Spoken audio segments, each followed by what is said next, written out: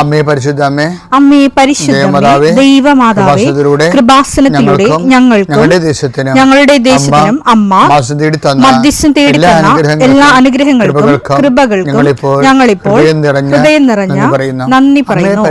അമ്മേ പരിശുദ്ധമ്മേ ദൈവമാതാവേ, 2004 ഡിസംബർ 7 ഉച്ചകഴിഞ്ഞ് 2:30 കൃപാസനത്തിൽ സംഭവിച്ച അമ്മയുടെ പ്രത്യക്ഷപ്പെടലിനെ കുറിച്ച് തിരുസഭയ്ക്ക് സമർപ്പിച്ചിരിക്കുന്ന പഠനരേഖകളുടെ സഭാത്മകമായ പഠനം ആരംഭിക്കുവാൻ ഞങ്ങൾ പ്രാർത്ഥിക്കുന്നു. അമ്മേ പരിശുദ്ധമേ, ഭൂസ്വർലോകങ്ങളുടെ രാജ്ഞിയായ അങ്ങേയ്ക്ക് ഭൗമസംരക്ഷണത്തിനായി പ്രപഞ്ചപ്രകൃതിയെ തന്നെ തിരുസഭ പ്രതിഷ്ഠിക്കുവാൻ ഈ പ്രത്യക്ഷീകരണം വഴി ഇടയാക്കണമേ. പരിശുദ്ധമേ, ജപമാല മാതാവേ, സകല കൃപാസനം പ്രാർത്ഥനയോടും ചേർത്ത് ഞങ്ങളിപ്പോൾ പ്രാർത്ഥിക്കുന്ന ഈ കുടുംബത്തിന്റെ പ്രത്യേക നിയോഗം മക്കളെ, അമ്മയുടെ പ്രത്യക്ഷീകരണത്തിന്റെ ഈ അനുഗ്രഹവേളയിൽ ഞങ്ങൾക്ക് സാധിച്ചു തരുവാൻ കനിയണമേ. ആമേൻ. വിശ്വാസ പ്രമാണം.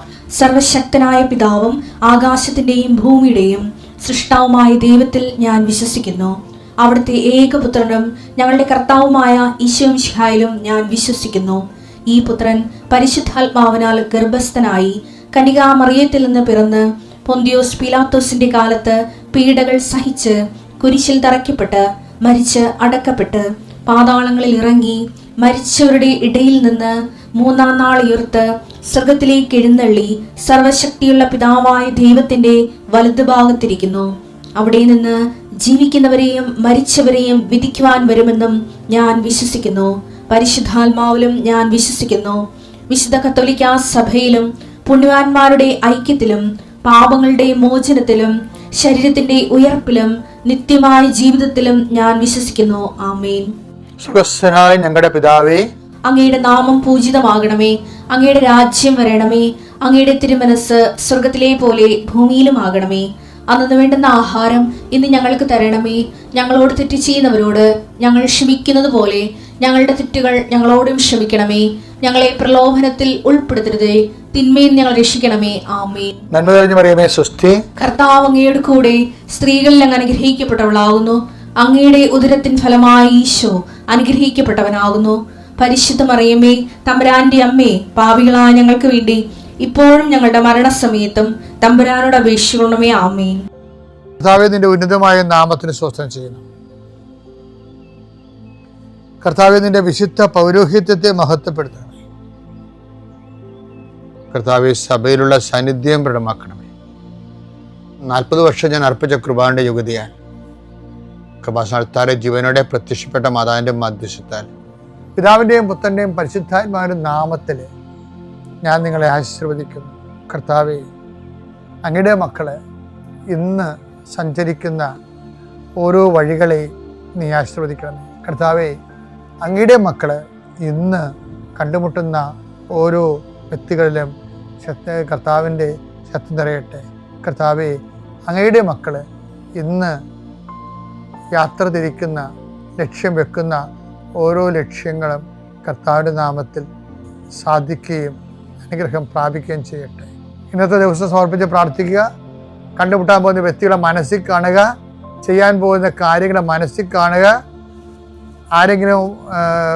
ആരുടെയെങ്കിലും തരത്തിലുള്ള നീരസമോ സങ്കടമോ അല്ലെങ്കിൽ ആരെങ്കിലും ഒരു ഭയമോ എന്തെങ്കിലും വിഷയങ്ങളുണ്ടെങ്കിൽ ആ മേഖലയിലെല്ലാം പരിശുദ്ധമ്മ തൻ്റെ നീല മേലങ്കിയാൽ അങ്ങയുടെ മക്കളെ പൊതിഞ്ഞ് പിടിക്കട്ടെ എന്ന് പ്രാർത്ഥിക്കുന്ന ഇന്നത്തെ എല്ലാ ഉത്തരവാദിത്തങ്ങളും നിറവേറ്റിക്കൊണ്ട് നിങ്ങൾ രാത്രി തിരിച്ചു വരുമ്പോഴേ സമാധാനം നിങ്ങളുടെ ഹൃദയത്തിൽ ഉണ്ടാകാൻ ഇടയാക്കട്ടെ എന്ന് പ്രാർത്ഥിക്കുന്നു. നിത്യം പിതാവും പുത്രനും പരിശുദ്ധാത്മാവിനെ നയിക്കുവാണ്. എന്നിപ്പോൾ ഇവിടെ നമ്മൾ വായിക്കുന്നത് മർക്കോസിന്റെ സുവിശേഷമാണ് 6:45 വചനങ്ങൾ. താൻ ജനക്കൂട്ടത്തെ പിരിച്ചുവിടുമ്പോഴും കർത്താവ് നമ്മൾ ഇന്നലെ കണ്ട ഭാഗങ്ങളുടെ ബാക്കിയാണ്. അപ്പം വർദ്ധിപ്പിച്ചതിന് ശേഷം ജനക്കൂട്ടത്തെ പിരിച്ചുവിട്ടു. വഞ്ചിയിൽ കയറി തനിക്ക് മുമ്പേ മറുകരയിലുള്ള ബെത്സയിദയിലേക്ക് പോകാൻ അവൻ ശിഷ്യന്മാരെ നിർബന്ധിച്ചു. ആളുകളോട് യാത്ര പറഞ്ഞ ശേഷം എനിക്കത് കേട്ടപ്പോൾ എനിക്ക് സന്തോഷം തോന്നി. കണ്ടാ, ഇതൊരു ആളുകളോട് യാത്ര പറഞ്ഞതിന് ശേഷം അവൻ പ്രാർത്ഥിക്കാൻ മലയിലേക്ക് അത് ഞാൻ ഓരോ രാജ്യങ്ങളൊക്കെ പോയി ഈ സുവിശേഷം വരെ ചെയ്യത്തില്ലേ, അപ്പം നമ്മളെ സ്ഥിരം സഹായിക്കണ കുറേ ആൾക്കാർ എപ്പോഴും ഉണ്ടാവും, എല്ലായിടത്തും ഉണ്ടാവേ. അപ്പം അവരൊക്കെ വിമാനത്താവളത്തിൽ പിരിയണവർക്ക് അവസ്ഥ എന്ന് പറയുന്നത് ഒരു വല്ലാത്ത അവസ്ഥയാണ്. അവർക്ക് ഇങ്ങനെ അവസാനം വരെ ഇങ്ങനെ കെട്ടിപ്പിടിച്ച് നിൽക്കുക, അല്ലെങ്കിൽ കൈ കാണിച്ചുകൊണ്ട് നിൽക്കുക, നമ്മൾ പോയി മറയണവരെ. അപ്പം കർത്താവ് ഇവരെ ആളോട് യാത്ര പറഞ്ഞതിന് ശേഷം എന്ന് പറഞ്ഞില്ലേ, അപ്പം യാത്ര പറയുന്ന ഒരു മാനുഷികതയാണത്. ശരിക്കും യാത്ര പറഞ്ഞതിന് ശേഷം എന്താ പറയണത്? അവൻ പ്രാർത്ഥിക്കാൻ മലയിലേക്ക് പോയി. അവൻ പ്രാർത്ഥിക്കാൻ മലയിലേക്ക് പോയി. വൈകുന്നേരമായപ്പോൾ വഞ്ചി നടുക്കടലിലായിരുന്നു. അവൻ തനിച്ച് കരയിലും അവർ വഞ്ചി തുഴഞ്ഞ് അവശരായി എന്ന്. ഓ, ഇതാണ് രസം. അവർ വഞ്ചി തുഴഞ്ഞ് അവശരായെന്ന് അവൻ മനസ്സിലാക്കി. കാരണം കാറ്റ് പ്രതികൂലമായിരുന്നു. അവന് കാര്യങ്ങളെല്ലാം മനസ്സിലാകുന്നുണ്ട്. നമുക്ക് നമ്മുടെ വള്ളത്തിനെതിരെ വരുന്ന കാറ്റ് പ്രതികൂലമാണെന്നും നമ്മൾ വഞ്ചി തുഴഞ്ഞ് തളരുന്നെന്നും അവരും മനസ്സിലാകുന്നുണ്ട്. രാത്രിയുടെ 4-ാം യാമത്തിൽ മനസ്സിലാകുന്നുണ്ടെങ്കിലും ചില ആൾക്കാർ പറയത്തില്ലേ, ഓ നമ്മളെന്ത്, നിങ്ങൾ പ്രാർത്ഥിക്കുന്നില്ലേ? ഓ ഞാൻ പ്രാർത്ഥിക്കുന്നുണ്ട്, നമ്മുടെ കാര്യങ്ങളെല്ലാം ദൈവത്തിന് അറിയാലും. ഇങ്ങനെ കുറേ പിശാചുക്കളുണ്ട്. നമ്മുടെ കാര്യങ്ങളെല്ലാം ദൈവത്തിന് അറിയാമല്ലോ. അത് പ്രാർത്ഥിക്കാതെ അവർക്ക് പ്രാർത്ഥിക്കാനുള്ള കൃപയില്ല, വരമില്ല, പ്രാർത്ഥിക്കാൻ ആവശ്യം വിശ്വാസമില്ല. പ്രാർത്ഥിച്ച് പലപ്പോഴും പണിമേടിച്ചിരിക്കുന്ന ആൾക്കാരാണ്. എന്താ കാര്യം? വെടിപ്പും മെനയല്ലാത്ത ജീവിതം കാരണം പ്രാർത്ഥിച്ച് പണിമേടിക്കുന്ന ആൾക്കാരാണ്. അപ്പം അതുകൊണ്ടാണ് അവരിങ്ങനെ ഒരു മുട്ടാപ്പൊക്കെ പറയണത്. എന്താണ് പറയണത്? ഓ നമ്മളെ കാര്യങ്ങളെല്ലാം ദൈവത്തെ അറിയാമല്ലോ. അങ്ങനെയല്ല, ദൈവത്തെ അറിയാമെങ്കിൽ ഇതുപോലെ ഇരിക്കും. എന്താണ്? അവർ വഞ്ചി അവർ കാറ്റ് പ്രതികൂലമാണെന്ന് അവനെ അറിയാം. അവർ വഞ്ചി തുഴഞ്ഞ് തളർന്നെന്ന് അവനെ അറിയാം. അറിഞ്ഞിട്ട് എന്താ കാര്യം? അറിയണ കാര്യമൊന്നുമില്ല. പിന്നെന്താണ് ഇവരുടെ റെസ്പോൺസ് ഇല്ലാത്തോളം കാലം നമ്മുടെ അറിവുകൾക്ക് വലിയ കർത്താവിൻ്റെ അറിവിന് വലിയ പ്രാധാന്യമില്ല. ഇവിടെ എന്താണ് ഇവരുടെ അതായത് അവൻ കടലിൻ്റെ മീതെ അവൻ എന്ത് മെഷർമെൻറ്റും എടുക്കുകയെ. അവൻ നമ്മളെ രക്ഷിക്കാൻ വേണ്ടി മരിക്കാമെന്ന ആളാണ്. അപ്പം അവൻ എന്ത് അറ്റകൈയും എടുക്കും. അവൻ അറ്റകൈ എടുക്കുകയാണ്. കടലിൻ്റെ മീതെ നടന്നു വന്നാണെങ്കിലും രക്ഷിക്കാൻ അവൻ തയ്യാറാണ്. പക്ഷേ നമ്മുടെ ഭാഗത്തു നിന്ന് ഒരു ഇൻവെസ്റ്റ്മെൻറ്റ് ഉണ്ടാകണം അതിന്. അതാ നിർബന്ധം. എന്താ? അവൻ കടലിൻ്റെ മേൽ നടന്നു വന്നെങ്കിലും അവനെന്താ ചെയ്യണത്? നേരെ വന്ന് വള്ളത്തേക്കറിയിലേക്കാണത്. അവരെ മൈൻഡ് ചെയ്യാതെ കടന്നു പോകാൻ ഭാവിച്ചെന്ന്. അതാണ് ഏറ്റവും വലിയ രസം. ദൈവം ഇങ്ങനെ നമ്മളെ കടന്നു പോകാൻ ഭാവിക്കും. എന്തിനാണ്? അത് പറ്റിപ്പല്ല. ശരിക്കും പറഞ്ഞാൽ നമ്മുടെ ഭാഗത്തുനിന്ന് അവൻ കടലിന് മീതെ നടക്കുന്നത് കണ്ട് അതൊരു ഭൂതമായിരിക്കും വിചാരിച്ച് അവർ നിലവിളിച്ചു. അവരെല്ലാവരും അവനെ കണ്ട് പരിഭ്രമിച്ചു പോയി. അപ്പൊ ഇതെന്ത് സംഭവിച്ചു കഴിഞ്ഞാല്, ഇവർക്ക് അവര് വഞ്ചി തുഴഞ്ഞ് തളരുകയാണ്. അതിനിടയ്ക്ക് എന്താണ് കടലിൽ മീതെ കൂടി ഒരു ഭൂതം കൂടി പോവുകയാണ്. അപ്പൊ ഇരട്ടി പ്രശ്നമായി. അതൊരു അവർക്ക് ഒരു റെസ്പോൺസ്, ഒരു വികാര വിക്ഷോഭമായ റെസ്പോൺസ് ഉണ്ടായത്. അവർ നിലവിളിച്ചു വന്ന്. അപ്പൊ ഇത് നമ്മുടെ ആത്മീയ ജീവിതത്തിൽ ഉണ്ടാവും. അതായത് നമ്മുടെ പ്രാർത്ഥനകൾ ഉണ്ടെങ്കിലും ചിലപ്പോൾ കാര്യങ്ങൾ കുറച്ചുകൂടി മോശമായിട്ട് വരും. അപ്പം നമ്മൾ കർത്താവിൻ്റെ മുമ്പിൽ കരഞ്ഞ് നിലവിളിക്കണം. അത് നമ്മുടെ ഇൻവെസ്റ്റ്മെൻറ്റ്, നമ്മുടെ ഭാഗത്ത് നിന്ന് വിശ്വാസപരമായ റെസ്പോൺസാണ് വിഷയം. അവർ നിലവിളിച്ചു. എന്തിനാണെന്നറിയാവോ?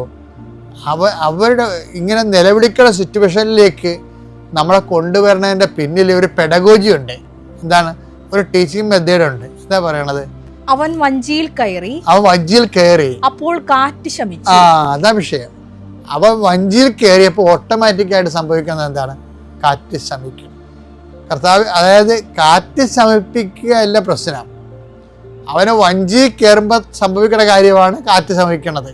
അല്ല കാറ്റ് ശമിപ്പിക്കണമെന്ന് പറഞ്ഞാൽ കിടന്ന് കാറിട്ട് കാര്യമില്ല. കടം മാറണേ, രോഗം മാറുമെന്ന് കിടന്ന് കാറിട്ട് കാര്യമില്ല. അവന് വഞ്ചി കയറ്റണതാണ് അതിൻ്റെ തന്ത്രമെന്ന് പറയുന്നത്.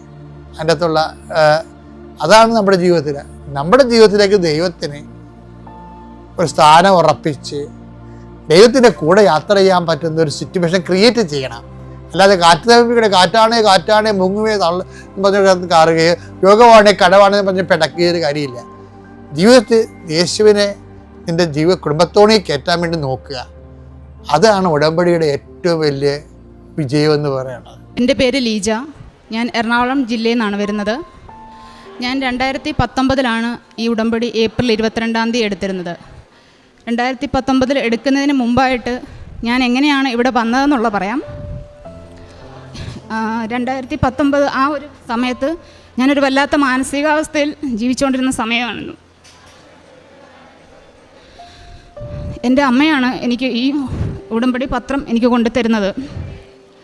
അമ്മ അത് കൊണ്ടു തന്നപ്പോഴത്തേന് എൻ്റെ അച്ഛനും അമ്മയും ഇവിടെ അല്ല, വെളിയിലാണ്. അപ്പം അമ്മ അവിടെ പഠിച്ച് വളർന്നേക്കുന്നതുകൊണ്ട് അമ്മയ്ക്ക് മലയാളം വായിക്കാൻ അറിയില്ല. അപ്പം അമ്മ ഇവിടെ വന്നു. അമ്മയുടെ സിസ്റ്ററിൻ്റെ മോളാണ് ഇവിടെ കൊണ്ടുവന്നത്. ഇവിടെ കൊണ്ടുവന്ന് അവിടെ വന്ന് അമ്മ പ്രാർത്ഥിക്കുകയും എടുക്കുകയും ചെയ്തു. ആ പത്രം എനിക്ക് കൊണ്ടു തന്നു. നീ അതൊന്ന് വായിക്ക്, നിനക്ക് സമാധാനം കിട്ടുമെങ്കിൽ അത്ര ആകട്ടെ എന്ന് പറഞ്ഞു. ഞാനത് വായിച്ചു. അന്നേരത്തെ എൻ്റെ ഒരു അവസ്ഥ എന്ന് പറഞ്ഞു കഴിഞ്ഞാൽ എനിക്കത് പറഞ്ഞറിയിക്കാൻ പറ്റത്തില്ല.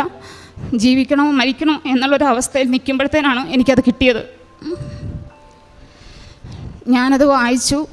ഞാൻ സാക്ഷ്യങ്ങളൊക്കെ യൂട്യൂബിലൂടെ കണ്ടു. പക്ഷേ എനിക്ക് വരാവുന്ന സാഹചര്യത്തിലല്ല. അതൊരു 2018 ലാസ്റ്റോടുകൂടി എനിക്ക് ഈ പത്രം കിട്ടുന്നത്. പക്ഷേ എനിക്ക് വരാവുന്ന സാഹചര്യമല്ലായിരുന്നു. പക്ഷെ ഞാനിതെന്നും കാണുകയും എടുക്കുകയും എൻ്റെ യൂട്യൂബിൽ കൂടെ വീട്ടിലിരുന്ന് കാണുകയും പ്രാർത്ഥിക്കുകയും ചെയ്യുന്നുണ്ട്. പക്ഷേ ഇതെങ്ങനെയാണ് ഉടമ്പടി എടുക്കേണ്ടത് ഒന്നും എനിക്കറിയില്ലായിരുന്നു.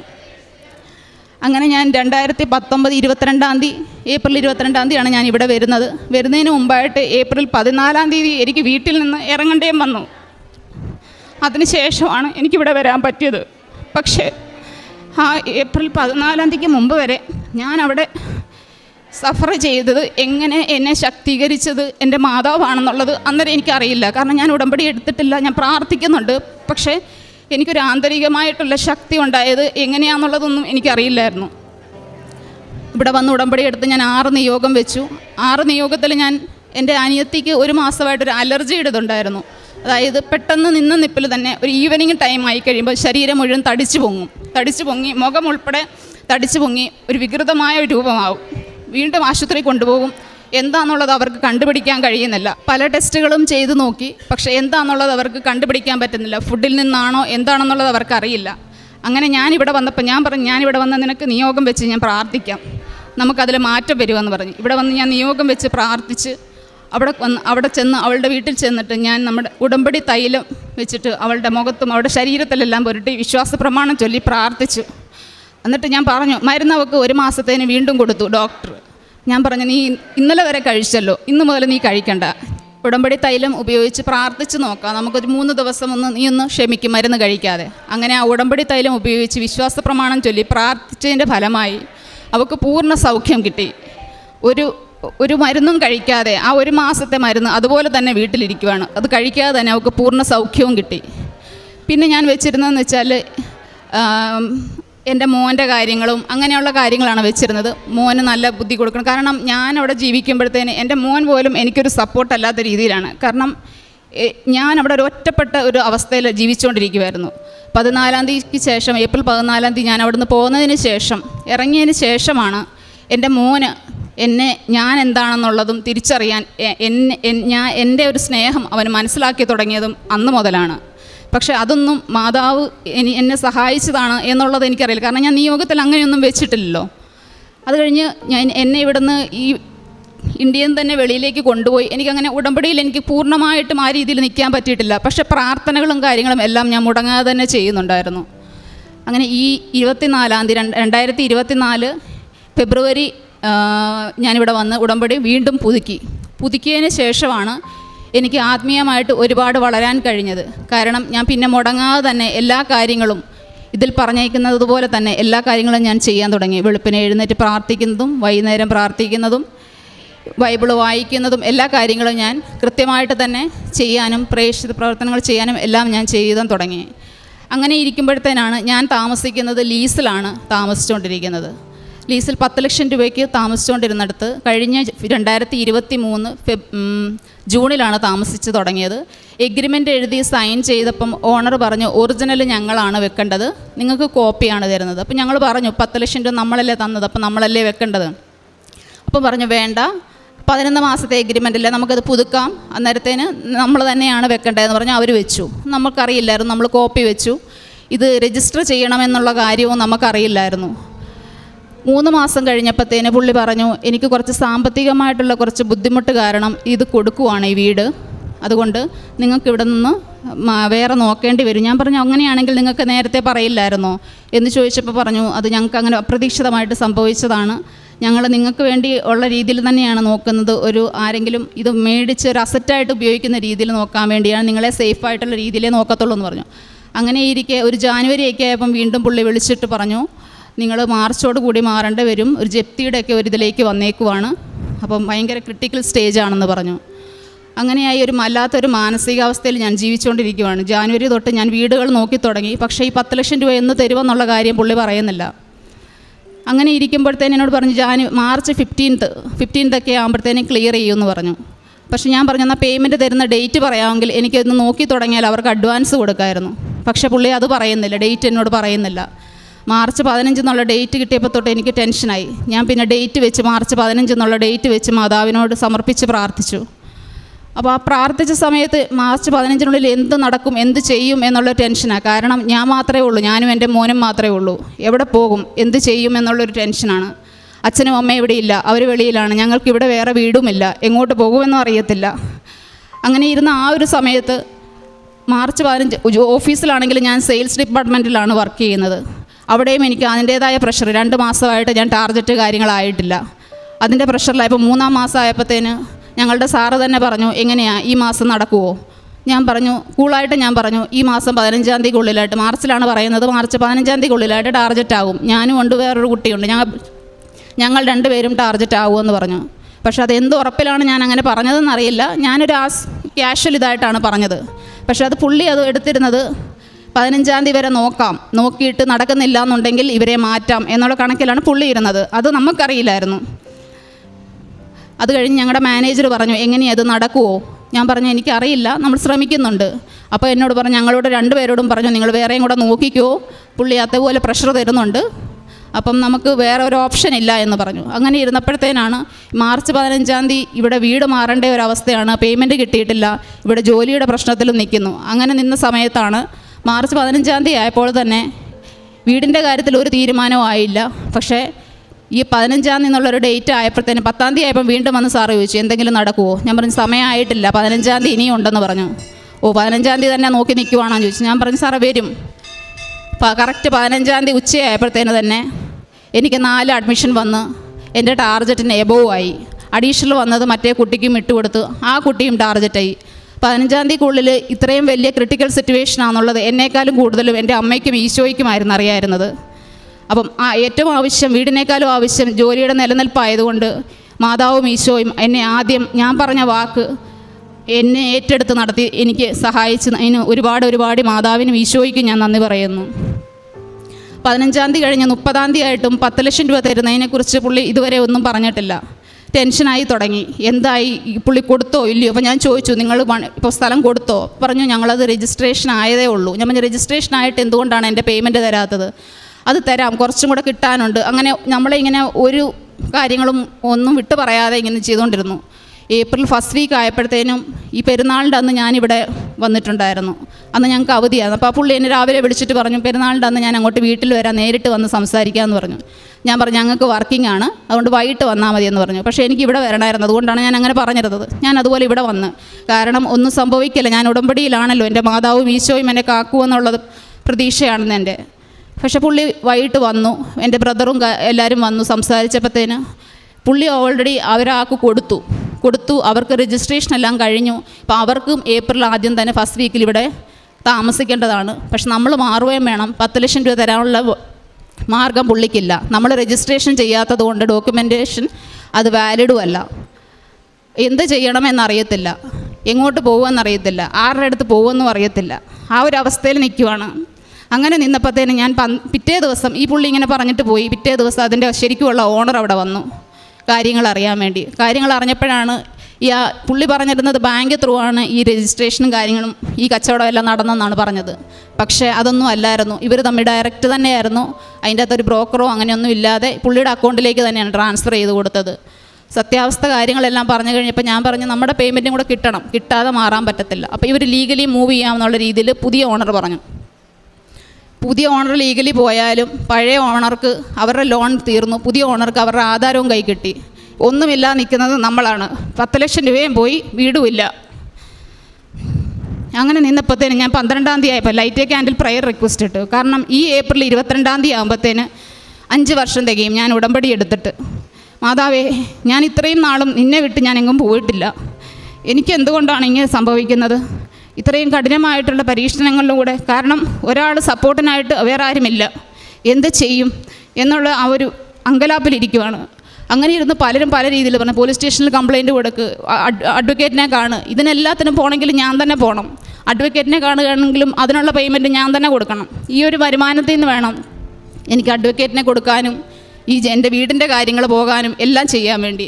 വാടകയ്ക്ക് താമസിക്കാനുള്ള ബുദ്ധിമുട്ട് കൊണ്ടാണ് ഈ ലീസിന് പോയി താമസിച്ചത്. അതിപ്പം ഇതിനേക്കാളും വലിയ ഇതായി. അങ്ങനെ 22-ാം തീയതി ഞാൻ ഡേറ്റ് വെച്ച് ലൈറ്റ് ക്യാൻഡിൽ പ്രയർ റിക്വസ്റ്റ് ഇട്ട് ഞാൻ പ്രാർത്ഥിച്ചു. അതിൻ്റെ ഫലമായി പക്ഷേ ആ 22-ാം തീയതി വരെ എനിക്ക് പോകാൻ പറ്റുന്നില്ലായിരുന്നു. ഓരോ ദിവസം ചെല്ലുന്തോറും പലരും പ്രഷറാണ്. പഴയ ഓണർ വിളിക്കുന്നില്ല, പുതിയ ഓണർ വിളിക്കുന്നു, എന്ത് ചെയ്യണമെന്നറിയത്തില്ല. നിൽക്കാൻ മേലാത്തത് കൊണ്ടാണ് ഞാൻ ഇന്നിവിടെ വന്നത്. ഇന്നിവിടെ വരും എന്നുള്ളത് ഞാൻ ഇന്നലെ തീരുമാനിച്ചു. കാരണം എനിക്ക് അച്ഛനെ വന്ന് കാണണം, എന്ത് ചെയ്യണം, ഞാൻ പോലീസിൽ കംപ്ലയിൻറ്റ് കൊടുക്കണോ? പലരും കുറേ ആയിട്ട് പറഞ്ഞുകൊണ്ടിരിക്കുക പോലീസിൽ കംപ്ലയിൻറ്റ് കൊടുക്കണം. പക്ഷെ കൊടുക്കാൻ വേണ്ടി എൻ്റെ മനസ്സ് അനുവദിക്കുന്നുമില്ല. എന്ത് ചെയ്യണം, ഇനി എനിക്ക് വയ്യ പോലീസ് സ്റ്റേഷനിൽ കയറി ഇറങ്ങാൻ വേണ്ടി.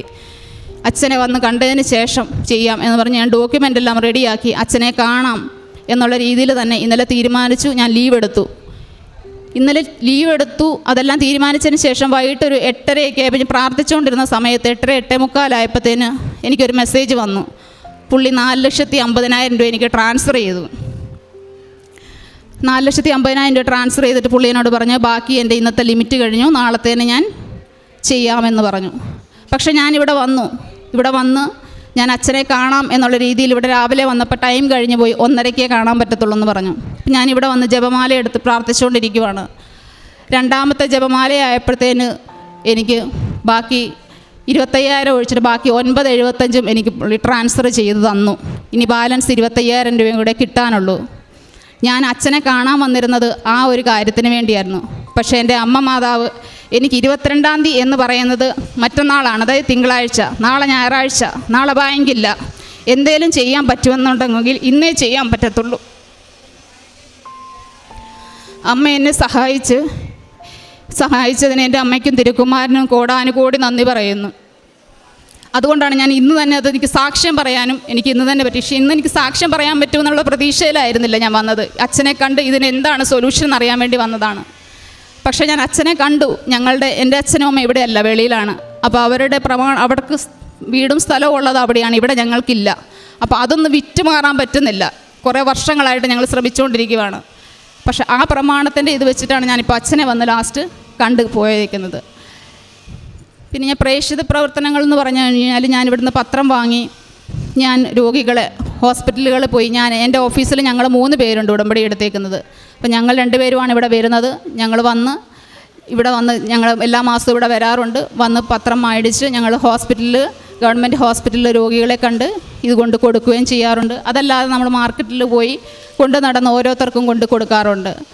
പിന്നെ കാരുണ്യ പ്രവർത്തനം എന്ന് പറഞ്ഞു കഴിഞ്ഞാൽ ചെയ്തിരിക്കുന്നതെന്ന് വെച്ചാൽ ഞാൻ നേരത്തെ തന്നെ ഒരു 3-4 വർഷത്തിനിടയിൽ ഞങ്ങളുടെ കൂടെ വർക്ക് ചെയ്തിരിക്കുന്ന, ഞാൻ നേരത്തെ വർക്ക് ചെയ്ത കമ്പനിയിലെ ഒരു ആൾ മരിച്ചുപോയി. അപ്പോൾ പുള്ളിയുടെ മോള് തന്നെയാണ്, വൈഫും മരിച്ചു പോയതാണ്.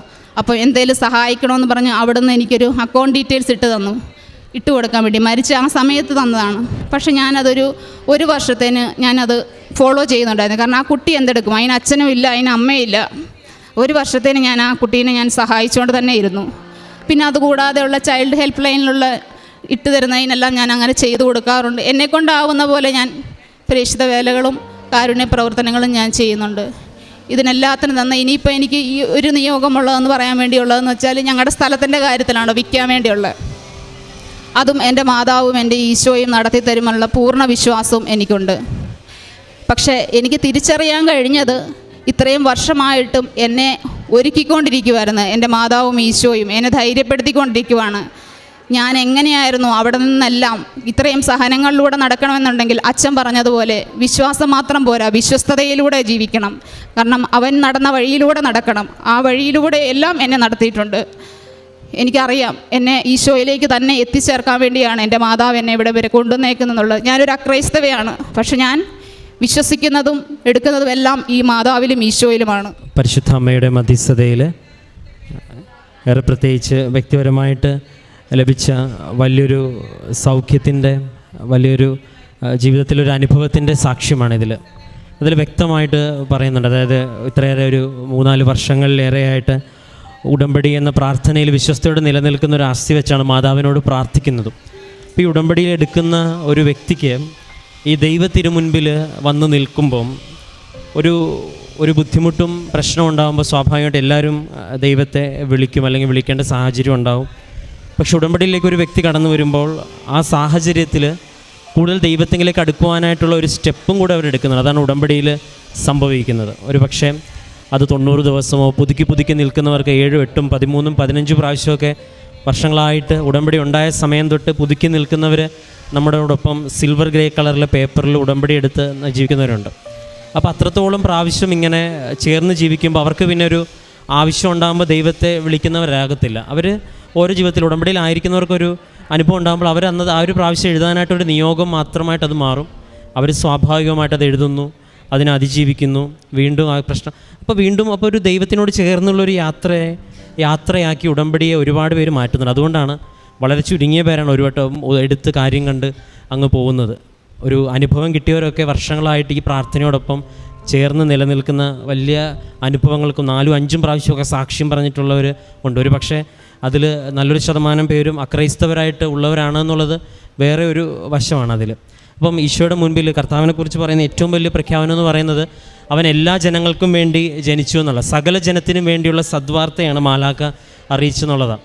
എല്ലാവരും, let all men B saved, എല്ലാവരും രക്ഷിക്കപ്പെടുവാനായിട്ടാണ് യേശു ക്രിസ്തുവിൻ്റെ നാമം നൽകപ്പെട്ടെന്നുള്ളത്. ഇത് ഒരു സഭയുടേതോ ഒരു മതത്തിൻ്റെതോ അകത്ത് ഉള്ളിൽ അടച്ചിടേണ്ട ഒരു നാമമല്ല, ഒരു സത്യമല്ല എന്നുള്ളത് ഉടമ്പടിയിലൂടെ ഇപ്പം ലോകം മുഴുവൻ അറിഞ്ഞുകൊണ്ടിരിക്കുന്ന വലിയൊരു സത്യമാണ്. അപ്പോൾ വ്യക്തമായിട്ട് ഇപ്പം ഇന്ന് വളരെ വ്യക്തമായിട്ട് സാക്ഷ്യം പറയുന്നുണ്ട്. അതായത് ഈ മറ്റന്നാളാണ് മാതാവിന് കൊടുത്തിരുന്നൊരു ഡേറ്റ്, അതായത് തിരികെ. കാരണം എന്താണ് സാഹചര്യം എന്ന് പറഞ്ഞാൽ ഇപ്പോൾ അവസാനം കഴിഞ്ഞതിന് മുമ്പത്തെ ആഴ്ചത്തെ ആരാധനയിലൊരു വാക്കാണ് കോട്ട് ചെയ്തത്. അതായത് അവൻ നടന്ന വഴികളിലൂടെ ചില സമയങ്ങളിൽ ദൈവം നമ്മളെ നടത്തും. അവൻ നടന്ന വഴികളെന്ന് ഉദ്ദേശിച്ചത് റോമിലെ അല്ലെങ്കിൽ പലസ്തീനയിലെയോ ഗലീലയിലെയോ അവൻ നടന്ന വഴികളെന്നല്ല. അതായത് കർത്താവിന് കൂടെ ഉണ്ടായിരുന്ന ശിഷ്യന്മാർ പോലും ഒറ്റയ്ക്ക് വിഷമിച്ച് ദുഃഖിച്ച് കർത്താവ് കിടക്കാൻ പോലൊരു ഇടയില്ലാതെ നടന്നൊരു വഴിയുണ്ട്. അപ്പോൾ ചില സാഹചര്യങ്ങളിൽ നമ്മുടെ കൂട്ടത്തിലുള്ളവരും ജീവിത സാഹചര്യങ്ങളും നമ്മൾ ഒറ്റപ്പെടുമ്പം പ്രാർത്ഥിച്ച് നിൽക്കുന്നൊരു വ്യക്തി താതാമ്യപ്പെടുന്നത് കർത്താവിനോടാണെന്നുള്ള ഒരു പക്ഷേ ആരാധനയൊക്കെ വളരെ വ്യക്തമായിട്ട് ഫോളോ ചെയ്യുന്നവർക്ക് മാത്രം ലഭിക്കുന്ന അറിവാണിത്. അത് അങ്ങനെ തന്നെ പറയണം. കാരണം ഒരു ആരാധനയിൽ അച്ഛൻ സംസാരിക്കുന്ന ഈ വിഷയത്തിനെക്കുറിച്ച് അതൊക്കെ കോട്ട് ചെയ്ത് സംസാരിക്കാനായിട്ട് ഒരാൾക്ക് പറ്റുന്നുണ്ടെങ്കിൽ അത്രത്തോളം ഗൗരവം. കാരണം ഇതൊരു സാധാരണ ഒരു ബൈബിൾ വായിക്കുന്നവർക്ക് പോലും പെട്ടെന്ന് കിട്ടുന്ന വാക്കുകളൊന്നുമല്ല. അപ്പോൾ അത്രയും ഗൗരവമായിട്ട് ഈ പ്രാർത്ഥന എടുക്കുന്നുണ്ട്, പ്രാർത്ഥന ചെയ്യുന്നുണ്ട്. അതുകൊണ്ട് തന്നെ 4-5 വർഷത്തെ ഉടമ്പടിയുടെ ജീവിതം വെച്ചിട്ട് മാതാവ് എനിക്ക് മറ്റന്നാൾക്കുള്ളിൽ കാര്യങ്ങൾ ക്രമീകരിച്ചില്ലെങ്കിൽ ഇന്നത്തെ ദിവസം ഇവിടെ വരുന്നതും ഈ കാര്യമായിട്ട് ബന്ധപ്പെട്ട് അച്ഛനെ കാണാനായിട്ടാണ്. പക്ഷേ മാതാവ് ഇന്ന് ഈ മകൾ തന്നെ പറയുന്ന പോലെ നാളെ ബാങ്ക് അവധിയാണ്, ഇന്ന് വൈകുന്നേരത്തിനുള്ളിൽ ഈ സമയത്തിനുള്ളിൽ തന്നെ കിട്ടാനുള്ള പൈസ വളരെ തുച്ഛമായിട്ട് കുറച്ച് എമൗണ്ട് ഒഴികെ ബാക്കിയെല്ലാം മാതാവ് സെറ്റിൽ ചെയ്തു എന്നുള്ളൊരു ബോധ്യത്തിൽ നമ്മുടെ മുമ്പിൽ നിന്ന് സാക്ഷ്യം പറയുകയാണ്. അതൊരു കാര്യം. ഒപ്പം തൻ്റെ സഹോദരി, തൻ്റെ കൂടെ പ്രഭാരുന്നവർക്കുണ്ടായ അനുഭവവും വ്യക്തിപരമായിട്ട് ഈ ഉടമ്പടിയിൽ എങ്ങനെയാണ് നിലനിന്നെന്നുള്ളതൊക്കെ ദൈവം വെളിപ്പെടുത്തി തരികയാണ്. അപ്പം വിശ്വാസത്തിൽ ഈശോനെ മാതാവിനെ അറിഞ്ഞ് അന്നുതൊട്ട് തൻ്റെ കൂടെ ഈ ഒരു സാന്നിധ്യം ഉണ്ട് എന്ന് നമ്മുടെ മുമ്പിൽ നിന്ന് ബോധ്യത്തോടെ പറയുമ്പോഴേക്കും കർത്താവിനെയും മാതാവിനെയൊക്കെ ഒരു പക്ഷേ ഒരുപാട് മുൻപേ അറിഞ്ഞും കേട്ടും കൂടുതൽ വായിച്ചും അറിഞ്ഞിരുന്ന നമുക്കുമൊക്കെ എത്രത്തോളമാണ് ഇതുപോലെ ദൈവത്തിൻ്റെ തിരുമുൻപിൽ പ്രാർത്ഥിക്കുവാനായിട്ട് സാധിക്കുന്നതെന്നുള്ളൊരു ചോദ്യവും നമ്മുടെ വിശ്വാസം എത്രത്തോളം ആഴപ്പെടുന്നുള്ളൊരു ചോദ്യവും ഇതുപോലെ ദൈവാനുഭവം നമുക്ക് ലഭിക്കുന്നുണ്ടോ എന്നുള്ള ചോദ്യമൊക്കെ നമ്മളോട് തന്നെ ചോദിക്കുവാനുള്ളൊരു അവസരമായിട്ടും കൂടെ ഇങ്ങനെയുള്ള സാക്ഷ്യങ്ങൾ നോക്കി കാണുകയാണ്. ഏറെ പ്രത്യേകിച്ച് ഇനിയും മുൻപോട്ടുള്ള യാത്രയിൽ ഉടമ്പടി വലിയ ദൈവാനുഭവങ്ങൾക്ക് കാരണമാകട്ടെ എന്ന് പ്രാർത്ഥിക്കാം. അപ്പം ഈ വ്യക്തിക്ക് ലഭിച്ച എല്ലാ അനുഭവങ്ങളെയും പ്രതി നമുക്ക് കരങ്ങളടിച്ച് ദൈവത്തിൻ്റെ നാമം മഹത്വപ്പെടുത്താം.